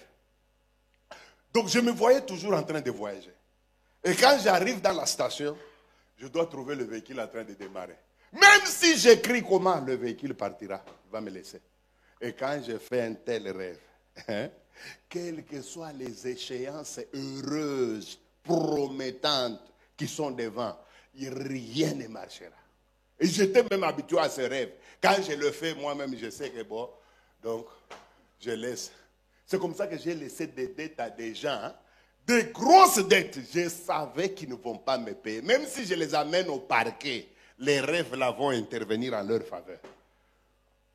Parfois, c'est le magistrat lui-même qui me dit, tu es pasteur, non? Pardonne quand même. Est-ce qu'au parquet, on pardonne? Au parquet, on applique la loi. Lui, il me prêche la Bible. Et je rentre. Le deuxième rêve, c'est que je me voyais toujours dans un groupe de pasteurs. Pour nos amis des autres nationalités, souffraient même quand je parle des exemples des pasteurs de chez nous, puisque c'est ceux-là que je connais. Voilà. Donc, le débat, je peux me voir dans le rêve, hein, avec les pasteurs populaires du Congo, les Jacques Vernon, les pasteurs Magila, les pasteurs Lukusa, tout ce monde-là. Nous entrons dans la forêt et nous sommes en train de faire la cueillette. Nous cueillons des fruits. Mais qu'est-ce que je remarque? Eux, ils sont en train de cueillir des bons fruits mûrs. Ils mettent dans des paniers. Moi, quand je vois un, et que dès que je m'en approche, il est pourri. Au-dedans, il y a des bêtes, des petites bêtes qui en sortent. Si ce n'est pas pourri, si j'avance la main, c'est du vert, totalement vert. Quand j'ai fait un tel rêve, frère, même si l'homme qui m'a promis de me payer l'argent, c'est l'homme le plus sérieux sur la terre après Jésus, il ne me payera pas. Ce rêve a bloqué ma vie. Donc, je n'avais que ces deux-là. Soit je me vois en train de voyager, soit en train de cueillir les fruits, avec le côté sombre qui s'en suivait. Mes amis, j'ai souffert. Vous savez quand est-ce que ça a changé? C'est quand j'ai pris la décision. Beaucoup de gens ferment les yeux sur leur réalité spirituelle. Vous voyez, ce que je n'aime pas dans l'église, hein, c'est l'hypocrisie qu'on vous a appris par des pasteurs. On vous a dit que même si vous souffrez, dites que ça va. Si c'est la foi, oui, c'est normal. Ça, c'est dans l'esprit de la foi. Mais il y a parfois certains slogans qui ne servent à rien. Vous êtes en train de souffrir, reconnaissez que vous souffrez. Moi, qu'est-ce qui m'avait tué? Je ne voulais pas reconnaître que dans ma vie, il y a des rêves comme ça. Puisque reconnaître à mon niveau, c'est d'abord une honte, je suis pasteur. Ça, c'est la première bêtise que beaucoup de pasteurs font. Tu es pasteur, mais tu as des femmes de nuit. Tu couches avec des serpents. Tu sais très bien que ça t'arrive. Mais tu préfères te cacher derrière le masque du pasteur. Ça, moi, non. Ah oui, Dieu m'a appris à être vrai envers moi-même, envers lui. Et ça m'a aidé à être délivré. J'avais une femme de nuit, mes amis, sous forme d'albinos. Elle m'a fait ça. Je vous dis. Et quand elle vient la nuit comme ça, elle me met dans tous les sens. Le matin, je me réveille toujours fatigué, découragé. Je me disais, mais qui est cette femme, Seigneur? J'étais païen, je n'ai jamais vu quelqu'un coucher avec moi dans le rêve. Je deviens pasteur, ce phénomène commence. Il vient d'où, Jésus? Est-ce que tu ne peux pas me faire grâce? J'ai souffert. Et surtout en cherchant la délivrance. Qu'est-ce que les prophètes ne m'ont pas fait? Tu arrives chez celui-ci, il dit, donne ce qui doit te faire mal. Je donne le frigo. Célibataire que j'étais, je donne un célibataire. Il mange ça. La femme multiplie même. Avant le frigo, elle apparaissait une fois. Mais après le frigo, 5 fois, j'ai dit, voilà, voilà. Voilà nos prophètes là où ça nous amène. Je vais chez celui-ci, il me dit, je ne dis pas qu'on ne peut pas faire des offrandes. Mais que ça soit sur révélation. Pas sur simple cupidité d'un homme. Ils m'ont fait souffrir. Je me demandais, est-ce qu'il arrivera un jour que cette femme-là m'abandonne? C'est arrivé. C'est arrivé, je suis devant vous. Écoutez, je suis en train de parler à vous, les humains. Je parle à Dieu. Je parle à ce monsieur-là, le diable. Je suis libre. Libre. Moi, jamais dans le rêve je ne vois une femme coucher. Et elle entrera par où? La délivrance a eu lieu. Et vous savez comment j'ai traité ça? C'est pourquoi il faut être honnête dans la vie. Mes amis, la plupart des gens souffrent dans les rêves, hein, puisqu'ils ne veulent pas reconnaître la réalité. La première chose que tu dois faire si tu veux obtenir la délivrance à ces choses, reconnais que tu es là où tu en es. Reconnais d'abord. Ne dis pas non, moi c'est ça. Bon, par la foi, reconnais que tu es gagné dans ce domaine-là. Deuxième chose, confesse les voies par lesquelles on t'a eu. Par exemple, si la femme de nuit qui est entrée dans ta vie t'a eu puisque tu regardais les films porno, commence d'abord par te repentir des films porno. Puisqu'elle ne partira pas tant que tu ne vas pas dénoncer la voie par laquelle ils t'ont eu. Ça, c'est la deuxième chose. Bon, il peut arriver que tu ne connaisses pas. Oui, il peut arriver. Là, dire au Seigneur seulement de te pardonner. 3, après la confession, commence maintenant une prière d'autorité et avec l'imposition des mains d'un homme plus fort que toi, qui a été délivré que toi, qui nage plus haut que toi. Dieu l'a fait dans ma vie. Il m'a demandé de me confesser. Je me suis confessé à genoux. Pendant 1 heure, j'ai transpiré. Et il m'a dit, tiens-toi debout. Détruis cet esprit. Mes amis, j'étais en train de prier. J'ai vu seulement ici sur mon flanc ici, une ouverture. J'avais les yeux fermés. Et une personne a commencé à sortir doucement. Hein. Elle était d'abord petite. Mais quand la personne est descendue, c'était la femme albinos là. Elle me regardait avec dédain. Et elle marchait doucement. Doucement alors. Hein. Elle me regardait avec dédain, avec mépris. Quand elle arrive là à la fin du couloir, elle me dit, je suis parti. Mais le jour où tu mettras ton pied dans le péché, je reviendrai cette fois-ci, je ne partirai pas. J'ai ces phrases-là. Même quand je prêche, hein, j'ai ces phrases-là. Même quand une femme se tient devant moi, je me souviens de ces phrases-là. Ouais, je ne suis pas bête. Je ne suis pas bête. Ne crois, frère, ne crois pas que tu... Je ne sens pas ce que tu sens, vous les frères. Ce que vous sentez là, quand vous voyez une belle fille, tout ça, tous nous sentons ça. Mais à la différence, nous, on ne peut pas aller. Toi, tu vas. C'est ça la différence. On sent, mais on dit, on n'ira pas. C'est simple. Pour moi, toutes les femmes ont le sida.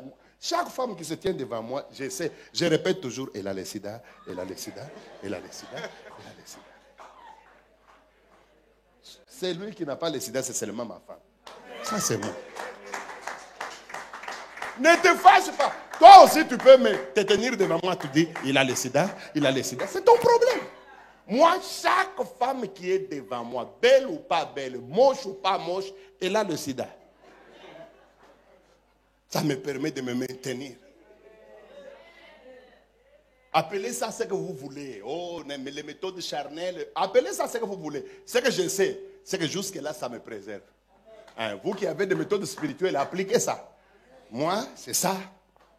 Donc, que ce soit une bonne que nous venons nouvellement d'engager, elle vient là-bas dans la maison, elle se trémousse dans tous les sens. Elle a le sida. Elle a le sida. Tu feras toutes tes fières là. Tu vas partir. Elle a le sida.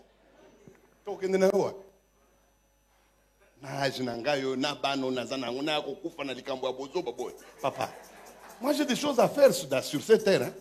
Je ne peux pas perdre mon temps avec quelque chose qui va me tuer.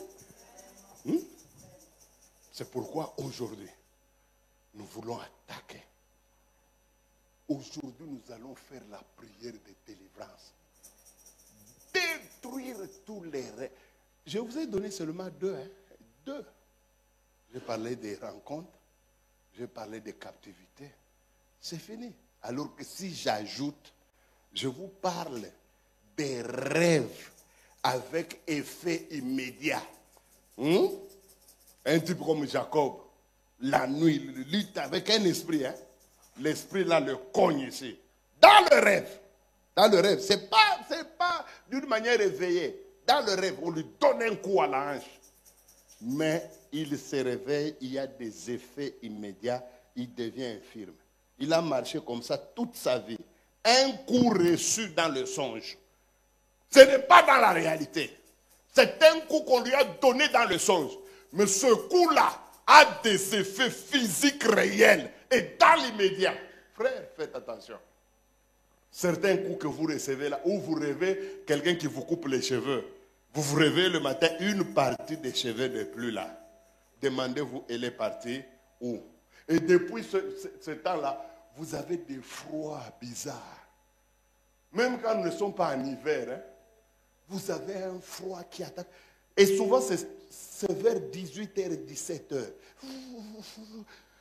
Là, vous allez dans votre appartement. Vous commencez à passer à votre mère à Brazzaville. Tellement que vous avez peur. Et ce phénomène va vous déranger toute la nuit. Le matin, vous vous réveillez, vous êtes normal. Il y a un problème. Celui qui vous avait coupé les cheveux là, ce n'est pas un coiffeur normal. Il y a des coiffeurs nocturnes. Papa coiffeur, salon de coiffure nocturne. Mais qui te crée des problèmes. Une femme s'est réveillée, elle n'avait plus tous les poils pubiens. Tout. Elle se demande, c'est parti où? Mes amis, je ne peux pas vous décrire ce qu'elle a vécu comme désordre dans son organisme après la disparition de ces poils-là. Jusqu'aujourd'hui, elle n'a jamais su ni qui lui a coupé ça et surtout où est-ce qu'on a amené ça. Parce que c'est quand même bien de se retrouver sans poils, mais vous les retrouvez par terre. Vous pouvez récupérer, mais quand c'est parti pour toujours, pas un seul poil par terre. Mais qui a pris ça? Et ces choses-là, chez les Africains, les chrétiens et les Blancs même, c'est plein. Je vous dis, dans chaque église, les gens souffrent. Mais ils ne veulent pas reconnaître. Ils préfèrent, ils font le jeu de l'autruche, pas moi. Moi, j'avais des malédictions. J'avais des problèmes de mari de nuit. Mais au moment où je te parle, il n'y a aucune malédiction dans ma vie. Je pèse bien mes mots. Hein. Je n'ai aucune malédiction. Aucune. De la tête aux pieds. Du corps à l'esprit. Je n'ai aucune malédiction. Est-ce que je suis spécial? Non. Qu'est-ce que j'ai fait? J'ai pratiqué ce que je vous dis. Frère, ne jouez pas. Alors, nous allons commencer la prière, frère. Sœur, en tout cas, je vous en supplie, hein, prenez tout le temps, compris d'abord. Puisqu'il y a des gens ici qui ne mettront jamais au monde tant que certains rêves ne s'arrêteront pas. Malheureusement, il y a des frères qui sortent, je ne sais pas pourquoi. Ah oui, si c'est pour des besoins naturels, ça va. Nous voulons prier. Écoutez, on va nous entonner un cantique un petit. Ce cantique-là ne doit pas faire plus de 4 minutes, s'il vous plaît. C'est un cantique qui va nous aider seulement à nous élever spirituellement pour entrer dans une prière de combat. Tu ne chantes pas éternellement, j'insiste. On entonne ce cantique seulement pour te mettre au diapason. Et à partir du moment où tu arrives là, commence à... Toi-même, tu connais quel genre de rêve tu vis. Attaque cela. Si tu as l'habitude de te voir au pays enchaîné, mon frère, ma soeur, rien ne changera dans ta vie tant que ce rêve continuera. Tu seras toujours esclave. Tu vas faire en Turquie ici même 50 ans.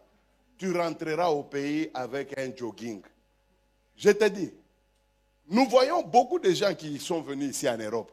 Nous les voyons rentrer chez nous dans des conditions déplorables. Moi, j'ai vu quelqu'un qui a fait 18 ans en Allemagne. Il a amené seulement un livre de la cuisine. Comment préparer, comment faire la cuisine allemande. Sa maman l'a maudit, puisqu'on avait vendu la maison pour qu'il aille en Allemagne. Mais il retourne avec un livre de cuisine. Regardez comment on ridiculise les gens. Maman, vous entonnez un cantique de tendance à nous élever spirituellement pour attaquer le diable. Voilà.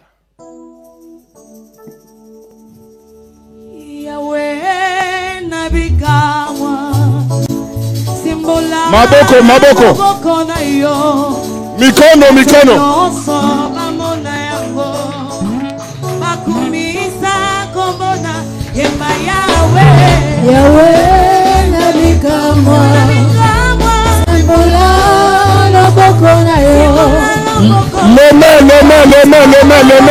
les mains, claquez les mains, claquez les mains.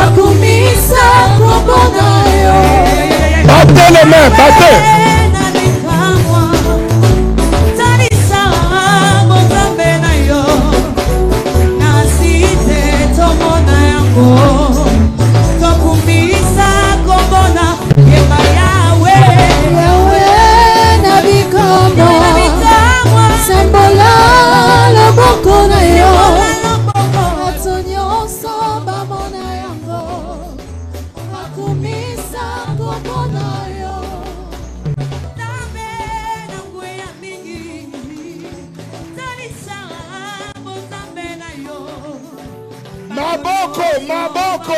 Maboko.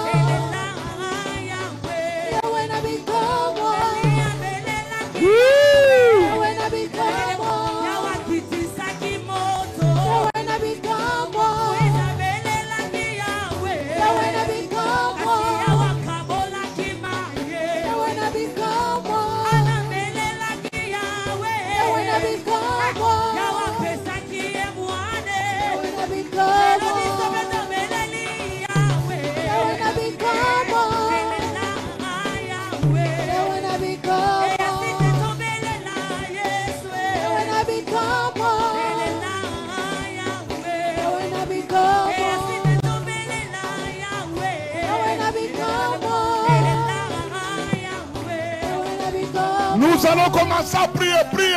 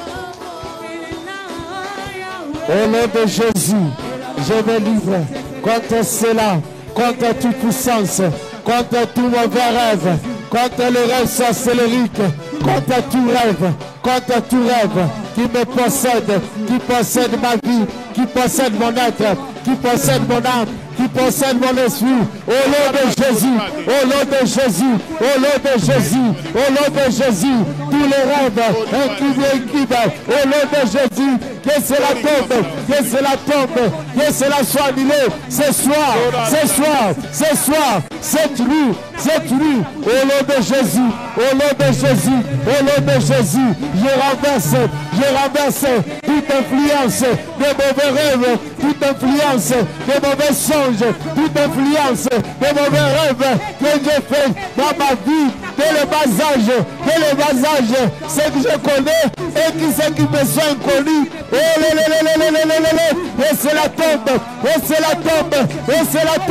que cela soit anéanti, que cela soit renversé ce soir, au nom de Jésus, tout rêve, tout mauvais rêve, toute mauvaise visitation, toute mauvaise méditation, à travers les songes, à travers les rêves que j'ai faits, je les neutralise, je les renverse, je les neutralise. Que cela n'est plus part dans ma vie. Au nom de Jésus, tout ce qui est entré dans ma vie, tout ce qui est entré dans ma vie, tout ce qui est entré dans ma vie, à travers les rêves, à travers les songes, que cela soit anéanti, que cela soit anéanti, au nom de Jésus, au nom de Jésus, au nom de Jésus, toute malédiction, toute malédiction, toute malédiction. Écoutez, je demande à tout le monde de se tenir debout. Nous allons répéter, ne soyez pas comme un perroquet. Faites cette prière avec tout votre cœur. Seigneur Dieu. Seigneur Dieu. Non, vous êtes trop faible. Seigneur Dieu. Seigneur Dieu. Je viens de me rendre compte. Je viens de me rendre compte. Que les rêves diaboliques. Que les rêves diaboliques. Ont détruit ma vie. Ont détruit ma vie. C'est pourquoi. C'est pourquoi. Je prends autorité. Je prends autorité. Sur tous les rêves de captivité. Sur tous les rêves de captivité. Sur tous les rêves de rencontres. Sur tous les rêves de rencontres. Sur tous les rêves de prison. Sur tous les rêves de prison. Là où on a mis mon âme. Là où on a mis mon âme. Mon esprit. Mon esprit. Que ce soit dans la forêt. Que ce soit dans la forêt. En Afrique. En Afrique. Dans une toilette. Dans une toilette. Je la libère. Je la libère. Au nom de Jésus. Au nom de Jésus. Je détruis. Je détruis. La sorcellerie. La sorcellerie. Qui retient mes finances. Qui retient mes finances. Au nom de Jésus-Christ. Au nom de Jésus-Christ. Au nom de Jésus-Christ. Continuez. Au nom de Jésus. Au nom de Jésus. Au nom de Jésus. Au nom de Jésus. Père éternel. Père éternel. Je me suis rendu compte que ma vie est détruite, que ma vie est entrée en complication, que ma vie a connu des complications à travers ces mauvais rêves, à travers ces songes, de captivité, à travers ces songes de perdition de chemin, à travers ces songes de stagnation, à travers ces songes de tourner en rond. Ce soir, je retrouve le chemin. Ce soir, je sors de la forêt. Je suis pas un animal. Je sors de la forêt. Je sors des eaux. Je suis pas un poisson. Je suis un humain. Je me retrouve ici en Turquie. Je libère mon esprit. De toute captivité. Je libère mon esprit. Ce soir, je vais en esprit jusqu'en Afrique. Je récupère mon esprit. Sors de prison.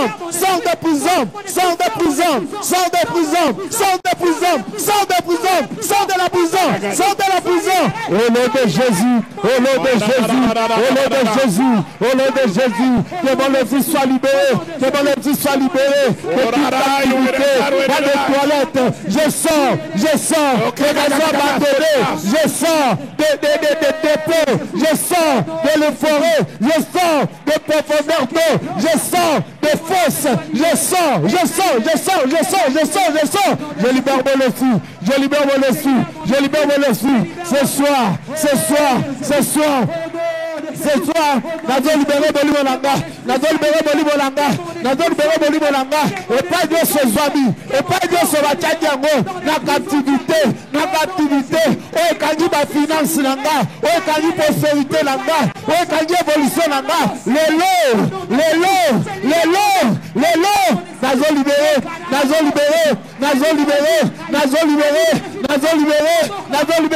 Mon corps, mon âme, mon esprit, qu'il soit libre, que mes finances soient libérées. Je libère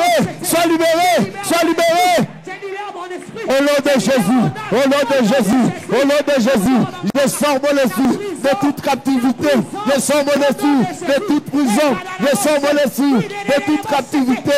Au nom de Jésus. Au nom de Jésus. Au nom de Jésus. Au nom de Jésus. Au nom de Jésus. Au nom de Jésus. Je révérerai où se trouvera mon corps. Jésus. Regardez, fermez vos yeux.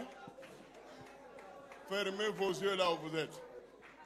Et commencez seulement à prier dans votre cœur en respirant profondément. Vous faites ça. Ouais. Commencez à respirer profondément comme ça. Moi, je vais commencer à donner des ordres. Et partout où il y a des démons, des puissances qui dérangent les enfants de Dieu, ils seront libres maintenant. Et pendant que je donne l'ordre, si tu commences à sentir comme s'il y a quelque chose qui te monte dans le ventre, ouvre la bouche, ça va sortir. Respire profondément là où tu es. Oui, respirez profondément. Oui, continuez, priez. Priez à l'intérieur. Ne priez pas par la bouche. Allez respirer profondément. Les esprits vont commencer à sortir d'eux-mêmes. Et la grâce de Dieu va vous libérer. Tout celui qui a été, voilà. Pasteur, tu vois la femme, là, impose-lui les mains. Je vois la main de Dieu qui tombe sur elle et la libère d'une malédiction qu'on avait prononcée contre elle par une maman. Hein, celle qui a, voilà, voilà. Allez, je donne l'ordre. Je donne l'ordre. Respirez profondément. Je donne l'ordre aux esprits méchants, aux puissances de l'enfer, les esprits des eaux, les esprits qui ont tenu les gens depuis l'Afrique jusqu'ici et qui les malmènent. Allez, je vous donne l'ordre. Commencez à monter. Montez et sortez. Au nom de Jésus. C'est l'ordre. Tous les esprits mauvais, toutes les puissances de stérilité, les forces de ténèbres de célibat qui contrôlent les gens ici. Allez, je donne l'ordre. Sortez, oui, sortez. Oui, oui, libérez cette soeur-là. Allez, libérez-la. La main de Dieu est en train de la toucher et la libérer des forces. Oui, allez, libérez-la, libérez. Libérez, libérez. Imposez-lui les mains, imposez. Allez, sortez, sortez. Sortez, je donne l'ordre. Je donne l'ordre. Je donne l'ordre. Je donne l'ordre à tous les démons, aux esprits méchants qui règnent dans le corps des gens. Puissance de stérilité, puissance de célibat, mari de nuit et femme de nuit. Vous qui tourmentez les enfants de Dieu, allez, sortez. Je vous donne l'ordre. Tout ce qu'ils ont mangé d'impur et qui détruit leur vie, allez, libérez, libérez. Libérez cette soeur aussi. Allez, libérez-la, libérez-la. Libérez-la, libérez-la. Je donne l'ordre. Imposez les mains. Je donne l'ordre. Allez, sortez. Sortez. Oui, des chakars. Allez, sortez, sortez. Sortez. Il n'y a aucun démon qui va résister ici. Il n'y a aucun démon qui va résister. Tous les démons qui sont dans les entrailles. Allez, je vous donne l'ordre. Je vous donne l'ordre. Vous qui êtes dans cette soirée en jogging café, allez, sortez. Sortez. Sortez. Sortez. Sortez. Je donne l'ordre. Allez, libérez. Libérez-la, oui. Libérez. Allez, sortez. Sortez. Sortez. Sortez. Oui. Sortez. Malédiction. Oui, sortez. Sortez. Sortez. Je donne l'ordre. Je donne l'ordre aux maladies, cancer, toute puissance de plonorragie. Allez, sortez. Sortez. Sortez. Que le feu descende dans ce lieu. Que le feu descende dans ce lieu. Oui. La soeur là qui est au mur, je vois une puissance au niveau de sa poitrine, celle-là, qui est là-bas, tout près du miroir.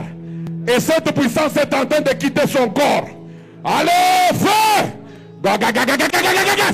Sortez! Sortez! Sois des gâches. Allez, libérez! Libérez! Toute personne qui souffre de la masturbation, toute personne qui souffre de mari de nuit et de femme de nuit, allez, sois libéré maintenant même. de ces puissances démoniaques. Au nom de Jésus. Tous ceux-là qui ont des problèmes d'impuissance ou qui ont des problèmes de cancer, les forces du mal, sortez! Sortez! Sortez! Écoutez, priez avec moi. Seigneur Jésus. Seigneur Jésus. Oh, très fort. Seigneur Jésus. Seigneur Jésus. Je me présente devant toi. Je me présente devant toi. Tous les problèmes démoniaques que j'ai. Tous les problèmes démoniaques que j'ai. Et qui ont été causés par des rêves. Et qui ont été causés par le rêve. Je les détruis. Je les détruis. Au nom de Jésus-Christ de Nazareth. Je suis en train de détruire. Je suis en train de détruire les forces ancestrales. Les forces ancestrales. Qui ont dirigé ma vie. Qui ont dirigé ma vie. Et qui me bloquent. Et qui me bloquent. Libérez-moi au nom de Jésus. Sortez. Sortez. Au nom de Jésus. Au nom de Jésus. Au nom de Jésus. Au nom de Jésus. Continue. Au nom de Jésus. Au nom de Jésus. Au nom de Jésus. Au nom de Jésus. Au nom de Jésus. Je me présente devant toi. Je me présente devant toi. Au nom de Jésus. Au nom de Jésus. Je libère toute puissance. Toute puissance. Ancestraux, des autres ancestrales dans ma vie, que cela libère ma vie, que cela libère ma vie, aujourd'hui et maintenant, aujourd'hui et maintenant, aujourd'hui et maintenant, au nom de Jésus, libère ma vie, libère ma vie, libère ma vie, libère ma vie, au nom de Jésus, tout ce qui est entré dans ce corps, tout ce qui est entré dans ma vie, tout ce qui est entré dans ma vie, au nom de Jésus. J'appelle les couples, si vous êtes mari et femme ici, les couples qui ont besoin d'enfants. Soit vous ne mettez pas carrément au monde depuis que vous vous êtes mariés, ou soit vous avez eu soit un enfant ou deux, puis la stérilité s'est installée, vous ne mettez plus au monde. Si vous avez besoin vraiment d'avoir des enfants, passez ici devant. Si vous êtes là, venez et Dieu va vous aider.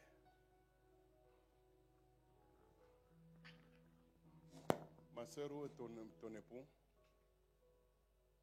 Hein?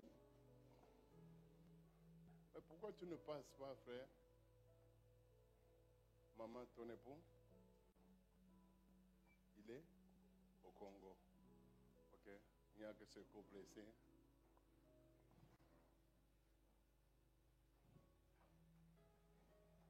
Écoutez, vous allez mettre au monde. Le problème, ce n'est pas elle. Le problème, elle se trouve dans tes spermatozoïdes. Tes spermatozoïdes n'ont pas une vitesse suffisante pour toucher l'ovule. Elle meurt en cours de route. Je vois la main de Dieu qui t'a touché. Et Dieu me dit, ne prie pas pour eux. Ils mettront au monde. Et le premier sera un garçon.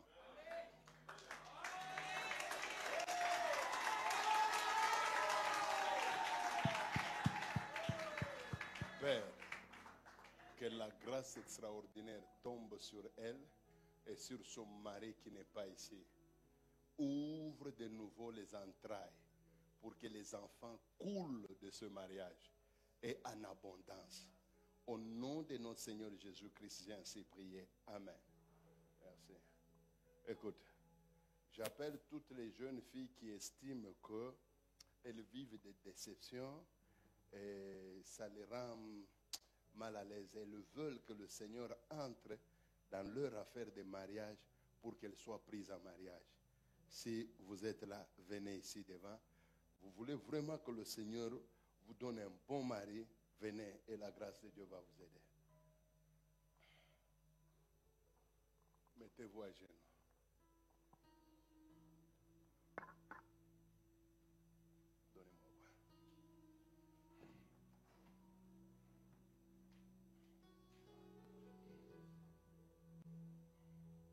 Faites ça. Faites ça. Père, je les vois, elles sont là à 5. Elles souffrent dans une terre étrangère, mais elles sont seules.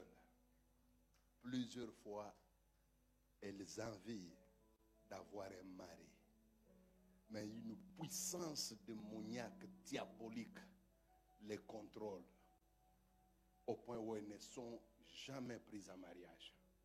Je donne l'ordre aux esprits mauvais de libérer esprit de célibat. Sors! Voilà. Libère cette femme. Libère cette femme. Ouais. Que le feu descende sur elle. Que le feu descende sur elle.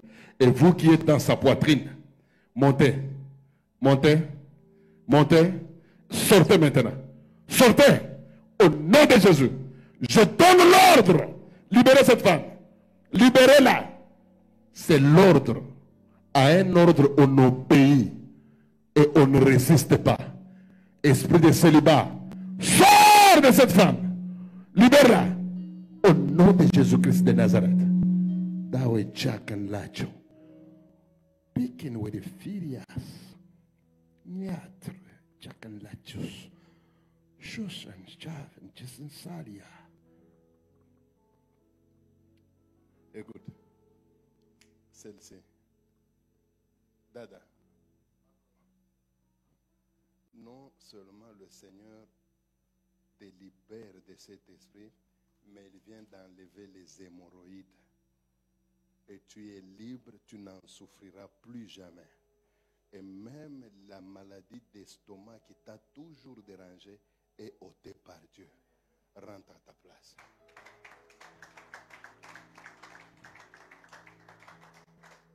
Père, je veux que ces femmes ici aillent dans un foyer. Au nom de Jésus. Si il m'est donné de revenir encore ici, que je les trouve toutes dans un foyer. Au nom de Jésus. Amen. Alors, je vais prier, mais je sens que le temps avance. Bon, on va continuer avec les cas. J'allais prier pour des gens qui ont des problèmes des affaires. Nous allons le faire demain, pasteur. Même si j'oublie, rappelez-moi. Vous comprenez? Rappelez-moi, nous allons prier pour ça. Nous irons comme ça jusqu'à le dimanche. Et je vais commencer à suivre la direction du Saint-Esprit. Nous allons prier pour les différents cas et on finira par imposer les mains à quelques serviteurs de Dieu que le Saint-Esprit me montrera. Puisque j'étais là à l'hôtel, j'ai prié. Le Saint-Esprit m'a dit, ne quitte pas la Turquie sans imposer les mains aux serviteurs de Dieu. J'ai un programme avec quelques serviteurs de cette église-là. Et alors, je vais te montrer les gens sur qui il faut imposer les mains. Ils vont exploser dans le ministère dans les jours qui viennent. Si tu as de bonnes dispositions, tu es un bon serviteur de Dieu, tu soupires après une vie de sainteté, une vie de marque, une vie de victoire, sache que quand je vais t'imposer les mains là, tu recevras quelque chose. Mais mes amis, comme toujours, nous sommes dans la dernière semaine. Et je vois, moi j'assiste à des scènes. Par exemple, hier, et même la semaine passée. Hier, on a bloqué la chambre. Ils m'ont bloqué pourquoi? Ils ont estimé que la